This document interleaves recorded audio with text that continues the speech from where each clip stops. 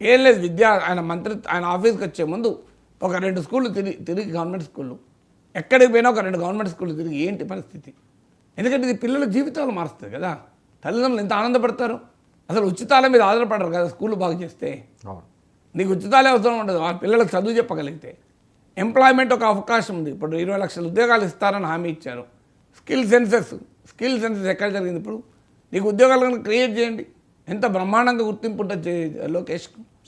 అందువల్ల అలా ప్రత్యేక స్పేస్ కనుక ఉంటేనే ఆ స్పేస్లో ఎప్పుడు కూడా గుర్తుంచుకోండి, నీకంటూ ఒక యునిక్ సెల్లింగ్ ప్రపోజిషన్ ఉంటే సక్సెస్ అవుతారు. ఇప్పుడు ఇంతమంది విశ్లేషకులు ఉన్నారు. మన నాగేశ్వర్ యూట్యూబ్ ఛానల్ ఎందుకు 1 మిలియన్ సబ్స్క్రైబర్లు అయ్యారు. నాగేశ్వర్ గంట ఒక్కొక్క టీవీ ఛానల్ పిలిచి ఎందుకు మాట్లాడుతున్నారు. Something I may be speaking unique కదా, ఆ విశ్లేషణలో యూనిక్నెస్ ఉండొచ్చు. అందుకే నాకు నా స్పేస్ నాకుంది.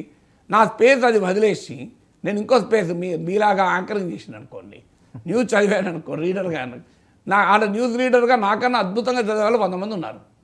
నాకంగా బ్రహ్మాండంగా యాంకరింగ్ చేయగలిగే వాళ్ళు 100 మంది ఉన్నారు. నేను నిలబడగలనా?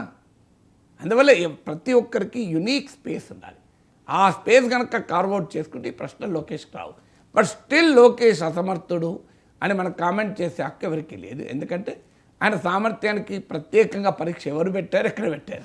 సార్, పవన్, జగన్, లోకేష్ ఈ 3 ఫేసెస్ తోటి నెక్స్ట్ ఎన్నికలు ఉండే ఛాన్స్ ఉంటుంది అన్నది ఎక్కువగా ప్రచారం. ఇదే అయితే చంద్రబాబు నాయుడు గారి లాగా, అదే పవన్ కళ్యాణ్ చంద్రబాబు నాయుడు ఏ రకంగా ఈరోజు కలిసి వెళ్ళారో, లోకేష్ తోటి ఆ రకంగా ఈయన వెళ్ళే పరిస్థితి ఉండదు. ఎవరికి వారు యమునా తీరే అన్నట్టుగా వెళ్ళాలి. అలాంటి టైంలో ఎలా ఉండే ఛాన్స్? అలా ఉండాలని మనం ఎవరు చెప్పగలుగుతారు. చంద్రబాబు నాయుడు పవన్ కళ్యాణ్లో 2019లో వెళ్ళారా, 2014లో వెళ్ళారు, 19లో ఎవరికొరు విమర్శించుకున్నారు కదా. అవును. అందువల్ల రాజకీయాల్లో అలా ఉండవు.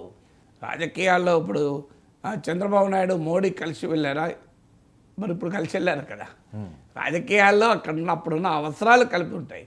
తెలుగుదేశం పార్టీకి లోకేష్ అధ్యక్షుడైతే పవన్ కళ్యాణ్ వెంటనే తెలుగుదేశంతో తెగదెంపులు చేసుకుని వెళ్ళిపోతారని ఎవరు చెప్పారు? సీఎం ఫేస్ చంద్రబాబు నాయుడు గారితో వెళ్ళడం వేరు, సీఎం ఫేస్ లోకేష్ అని వెళ్ళడం వేరు. ఇప్పుడు ఎవరు సీఎం ఎవరు పిఎం అనేది ప్రజలు నిర్ణయిస్తారు.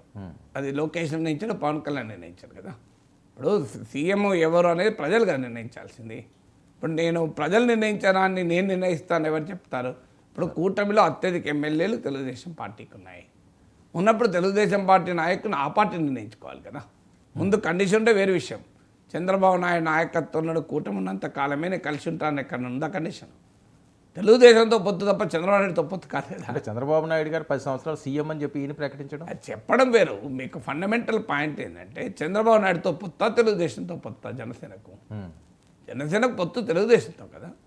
సో అందువల్ల ఆ సమస్య వస్తుందని నేను అనుకోను. అది వచ్చిన రోజు ఏం జరుగుతుంది అనేది ఇప్పుడు ఎట్లా ఊహాగానాలు చేయగలం.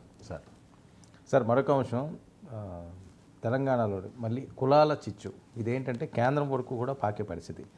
బండి సంజయ్ గారు చేసిన వ్యాఖ్యలు ఇప్పుడు సోషల్ మీడియాలో పెద్ద ఎత్తున వైరల్ అవుతున్నది. రాజకీయాల్లో చూసుకోవాలి తప్పించి వాళ్ళ కులం ఏంటి వీళ్ళ కులం ఏంటండి. బండి సంజయ్ వర్సెస్ జగ్గారెడ్డి గారు, రాహుల్ గాంధీ గారు ముస్లిం అని చెప్పి కేంద్ర మంత్రి గారు చేసిన వ్యాఖ్యలు ఒకసారి ప్లే చేయండి ఆ బయటలో. రాహుల్ గాంధీ గారు ఏ మతము, ఏ కులము, ఏ జాతి, ఏ దేశమో రాహుల్ గాంధీ గారి తాత పేరు ఏం పేరు